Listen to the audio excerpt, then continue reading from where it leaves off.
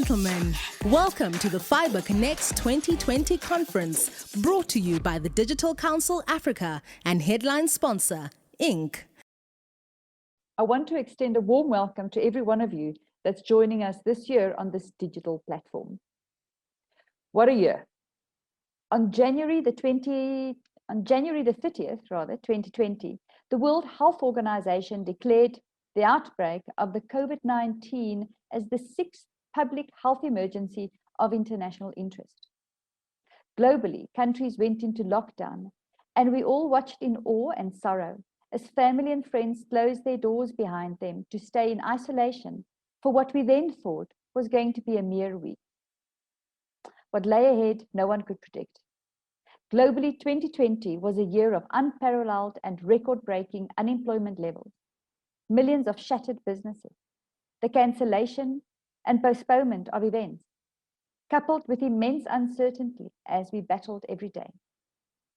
It is a year that we as society have never experienced before. And here we are, still trying to make sense of the effects of the COVID-19 pandemic that's sweeping across the world. COVID-19 has caused devastation on a personal and global level. Yet this pandemic if this pandemic had hit at any other time over the last 2,000 years, the effect would have been significantly more catastrophic. In a world where 80% of the workforce is in lockdown, 33% of the global population is unemployed, the global supply chain is massively disrupted, physical distancing is mandated, and food supply panic sweeps the nations as countries plan to feed societies and avoid mass hunger. This is a recipe for disaster. Yet thanks to connectivity, many businesses could continue to operate at some level, and many more embraced digital transformation and adopted technology systems to safeguard their supply chains. In many cases, our children could adopt remote learning, and some of us have had medical doctors, gyms, and even yoga instructors go online and turn to online consultation. Customer services, logistics, and entertainment, and essential businesses like commerce, insurance, and finance have continued providing services online.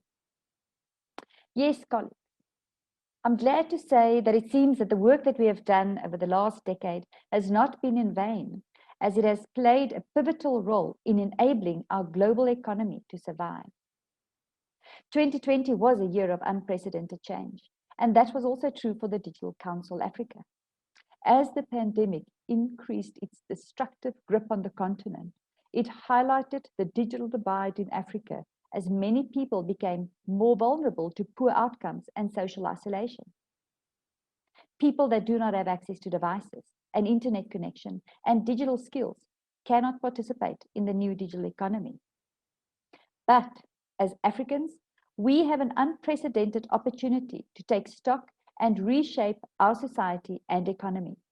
The decisions we make today will inevitably determine the role that digital and data-driven technology will play in the future of the continent and for the next generations.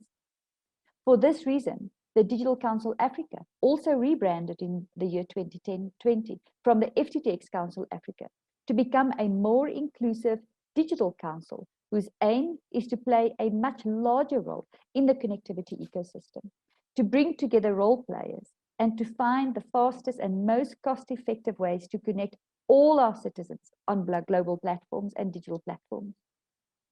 Already many of us have gone from never heard about some connectivity platform to becoming specialists in mere weeks. We have a newfound understanding of collaboration tools, and we have met new friends and spoken to people we have never met before. This very week, I had a personal meeting with someone that I had only known on my screen until now. It was quite surreal to sit down and have a cup of coffee together, social distance, mask and all. The year 2020 is one that most of us hope to forget, but COVID-19 has in some ways made us stronger as the world's gone digital. Older generations have rapidly embraced technology. Remote work has accelerated digital transformation.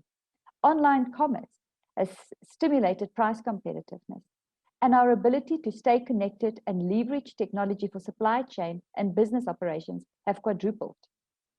remote work has boosted hourly productivity by approximately 40%, with actual work time per day going from 5.2 hours to 9 hours, and meeting attendance from 70% to 90%.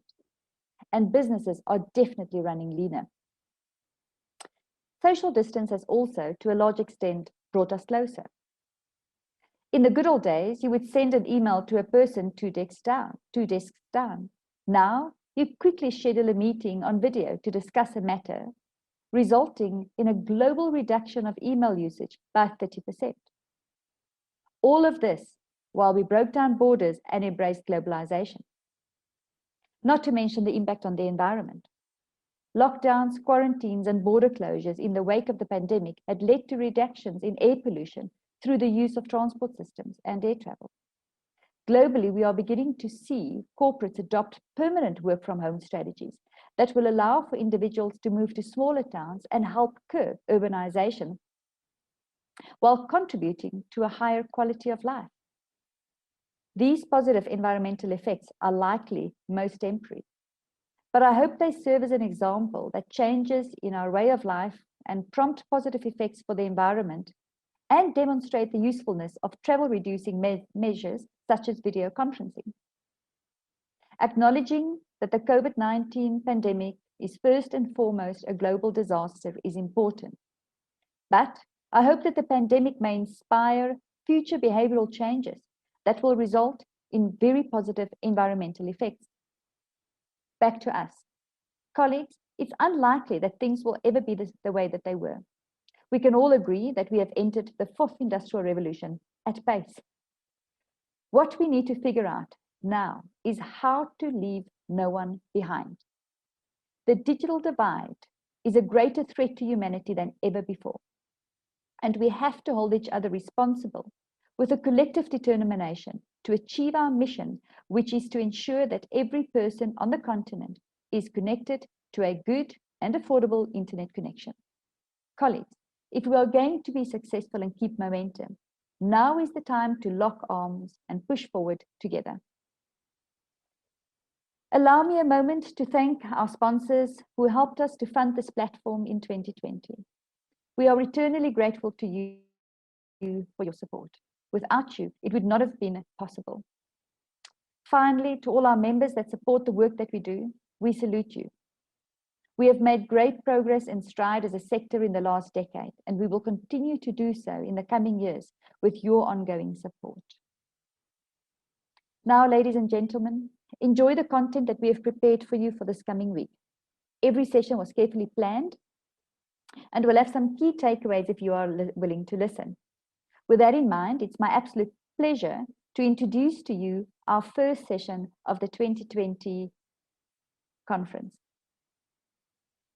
As sub-Saharan Africa makes inroads towards digitalization and its businesses and citizens adopt technologies, the need to have the right infrastructure in place is critical.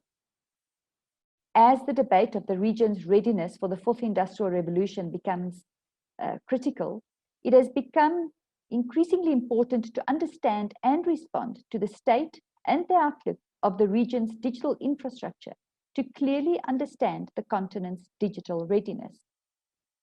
This year, the Digital Council Africa partnered with Digital Things, a strategy and investment-focused advisory services provider that specializes in digital infrastructure, cloud, and the Internet of Things solutions, as well as broadband networks and services. Digital Things assist their clients with the development of feasible projects and sustainable business models while turning their strategies into success and safeguarding investments. The aim of the study that we conducted with Digital Things is to empower Digital Council Africa members through providing a view on global digital infrastructure trends and the current state of digital infrastructure in Africa, with a deep dive into 10 pre-selected countries in sub-Saharan Africa. The study will provide a view of the region's digital infrastructure landscape and identifies the key considerations that will empower Digital Council Africa members' future planning and strategies. So although this research is strictly available to members only, Once a year, we open up the research to a wider stakeholder audience that may benefit from it. It is my privilege now to share this research with you today. Without further ado, colleagues, please welcome to our very first session of 2020. Our next session is about to start. Thank you for participating in this session of the FibreCONEXT 2020 conference. Stay tuned for the next session.